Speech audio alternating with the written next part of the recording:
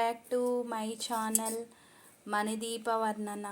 ఈరోజు అండి ఉట్టి ప్లెయిన్ చారు అండి, అంటే చింతరెక్కల చారు. రోజు మసాలాలు అవన్నీ తినేలోపు గ్యాస్ లాగా అనిపిస్తుందండి. అందుకని ఉట్టి ప్లెయిన్ చారు, ఇందులో ఏ మసాలాలు అవసరం లేదండి. రోజు ఒకలాగా కాకుండా ఈరోజు కొంచెం వెరైటీగా చేస్తున్నాను చారు.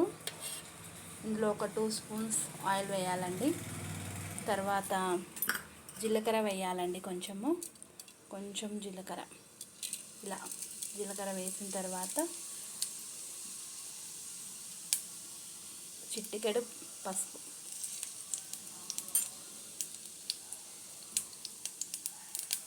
పసుపు, తర్వాత 1 గ్లాస్ వాటర్ వేసుకోండి. 1 గ్లాస్ వాటర్, కొంచెం ఇంగు కూడా యాడ్ చేస్తున్నానండి. 1 గ్లాస్ వాటర్,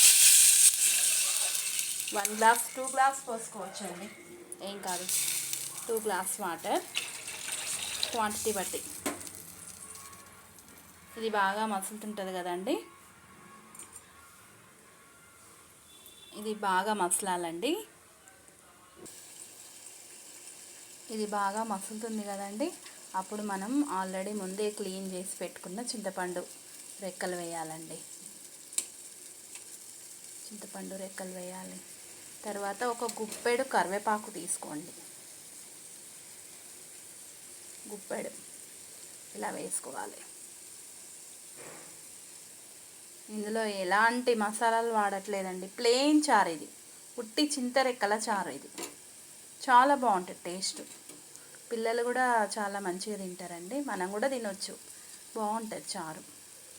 తర్వాత ఇందులో కారం కూడా నేనేమి వేయట్లేదండి, కేవలం సాల్ట్ వేసిన 1 స్పూన్. ఇవ్వండి, మంచిగా మసులుతుంది చూడండి. ఇది బాగా మసిలినాక తీయడమేనండి, తీసి సర్వ్ చేసుకోవడమే. ఇలా మసలాలి, ఆ చింతపండుదంతా అందులో ఇనికిపోవాలండి, వాటర్లో మంచిగా మసలాలండి.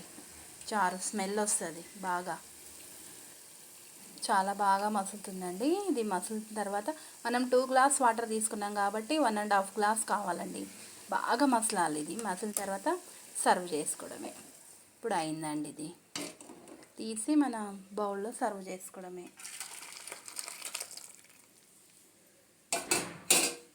చూడండి, ఎంతో టేస్టీగా అయిన చింతరెక్కల చారు రెడీ అండి.